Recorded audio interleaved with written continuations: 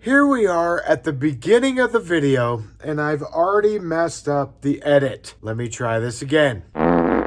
When playing 5th edition D&D, if you've waited more than 20 minutes for your turn to come back around, this video's for you. Let me introduce you to Dragonbane. Dragonbane? This is YouTube.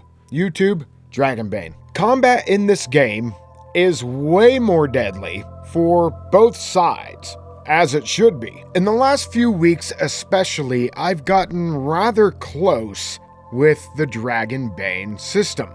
It has become my weekly go-to RPG. In regards to Dragonbane, I've had reviews on this channel, criticisms, which I am quickly changing my mind on, playthroughs with DMs off, and recently with Dragonbane Trudvang kickstarted and in production, I am jumping all the way in. There's only one thing I hate about Dragonbane. Make sure you watch to the end of the video and find out what I hate about Dragonbane. Let's get into how awesome the combat is in Dragonbane. Let's start with the basics. Initiative cards. Just shuffle, deal, go lowest to highest. Combat order changes every round, which means that the combat stays dynamic. You don't know when you're going to go next round until the cards are dealt. As a player, you're not going to mentally check out. There's not going to be enough time for you to go to the convenience store to replenish the snacks, go order a pizza, pick it up, maybe go to the liquor store and get some Jack Daniels and be back in time for your next turn. No, it's much faster than that. Why this works? Unpredictability every single round. You don't know when you are going to be going. A quick understanding of who goes first to last because the number is written on the card. The card is a tracker, so when you're done with your turn, you flip over the card. Now, to be perfectly honest, I use an OSR style initiative typically in my games, which is side initiative rolled with a D6. That to me kind of takes the cake. But as far as comparing 5e to Dragonbane, Dragonbane is a clear winner here. Monster turns are simple. The GM rolls on the monster attack matrix instead of deciding what the monster is doing themselves. Roll a d6, consult the chart, explain the situation to the players. You don't roll the attack. The monsters hit automatically. Wait, don't click off the video. I thought it was stupid at first too. Then when you're actually playing the game and you see the look on the players' faces when you say, a monster enters the scene. Time for initiative. Instant tension. Now with humanoids, I think they're called enemies. They will roll to attack. That's normal. So your goblins and your orcs and the like. But monsters are truly monstrous. They hit automatically, which is scary for the giant spiders all the way up to the ancient dragons. Now the characters can parry the attack or evade the attack by dodging out of the way. So the characters end up looking inside of the story of the game like they're cautious and calculating every move of the monster that's coming at them. It looks completely different in my mind. Different than a regular 5e game, that is. You don't have a lot of characters running into the battle with reckless abandon. You still do sometimes, but it's not default anymore, especially for the fighters. Now, the Matrix typically has a D6 different attacks or things that the monster will do. Not all of them are a claw or a sword or anything like that. Sometimes it's fear-based or some sort of movement.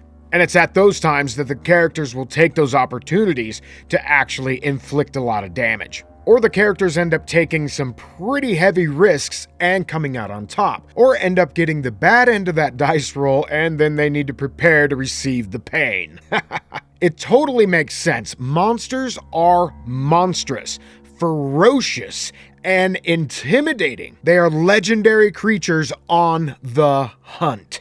Always think of it as the monster hasn't eaten in days, they are famished, and that character is on the menu. Why it works: much faster Game Master turns to give the game back to the narration of the players. And a big one for some of us, less analysis paralysis. Just roll and attack like it says. Done. It's much more dynamic than you might be thinking. Lower hit points means faster and deadlier combat. In Dragonbane, there are two classes of enemies. One is the enemy, like a humanoid, like a goblin or orc, and they typically have 12 to 15 hit points. Monsters like a giant spider have 25 to 35 hit points, and an ancient dragon just over 100 hit points. If you've played 5e for any stretch of time, you know that this means fast combat. The player characters have as many hit points as their constitution score.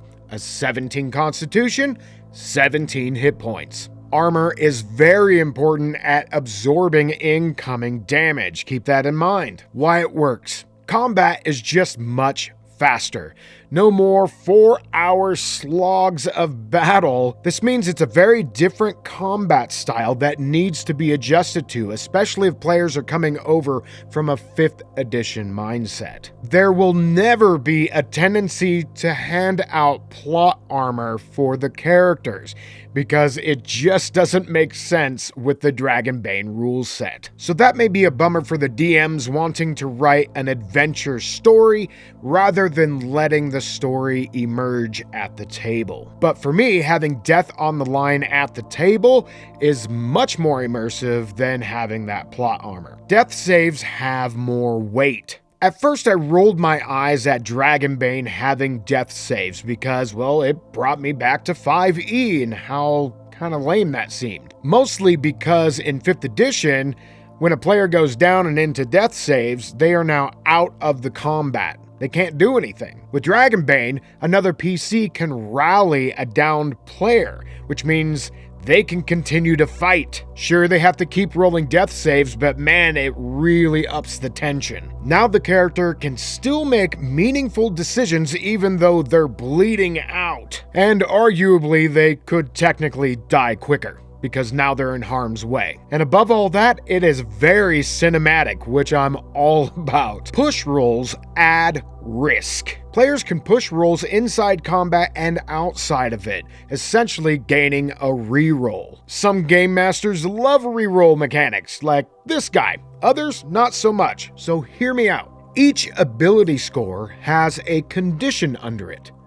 If you decide to push your botched melee attack, you can take a condition. The conditions are easy to narrate, such as exhausted for strength, sickly for constitution, dazed for agility, angry for intelligence, scared for will, disheartened for charisma.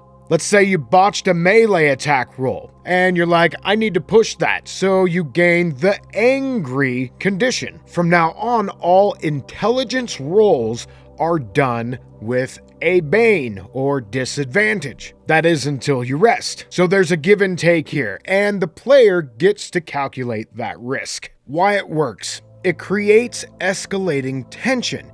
You can't take the same condition over and over again. So in order to push a roll, you've got to take different conditions, which adds to the narrative. So you could end up being scared, disheartened, exhausted, and dazed, which is baked in narrative prompts in the condition words themselves. They have a real in-game consequence. It really grounds the player characters into the game world, and it's not just all about HP loss. It has to do with, having disadvantage on many different ability checks over the long haul. And it's very narrative driven, which I, as a game master, really appreciate. Combat feels dangerous. In every fight, death is on the line, which feels real to me, even with what would be considered typically lowly monsters like goblins. The creatures that you face with deadly intent should be done so with the most extreme caution, because they are set on surviving that encounter. So it goes both ways. Just know that in Dragonbane, your character has a high likelihood of dying. so be cautious. Why this works.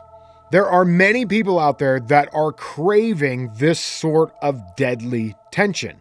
Not all, as we can see by many internet posts by people that don't want their characters to die. There's been some videos circulating around lately about that. But there are many of you out there that want that real tension. High risk, high reward, but also death is on the line. Dragonbane really makes combat feel deadly. Every action, every parry, every push roll matters. The way monsters fight looks way different in my mind's eye when I'm playing Dragonbane. They are ferocious, fast, deadly, and legendary, as they should be. So what's the one thing I hate about Dragonbane? Yeah, you guessed it. The mallard race. I just can't wrap my head around Donald Duck as a player character. Now, I'm okay with some of these furries, right? Like the wolfkin. Friggin' awesome. Why that's awesome and the duck is not, well, I've already been torn apart in the comment section of past videos about it. So, f you to all you out there that want to do the same. Maybe I watched too much Disney and Warner Brothers. Maybe if it was all ducks, I'd be in. Kind of like Mouse Ritter and you're all mice, right? That's great, but when you have humans, elves, dwarves, wolfkin, and ducks, whatever, personal preference, there it is. What did I miss about Dragonbane combat that stands out to you? Have you played Dragonbane? Or are you interested in giving it a try? You know, there's a free quick start that you can get from Free League. There's a link down in the dungeon. Anyways, let me know all about it in the comments. Just to let you know, this is not a sponsored video. I'm just a real fan of this game, and I want to tell everybody about it. Hey, go ahead and check out our links below, Patreon, newsletter, all of my products that are on drive-thru, etc. All right, everyone, thanks for stopping by Agranak Studios today, and we'll see you on the next one. Later!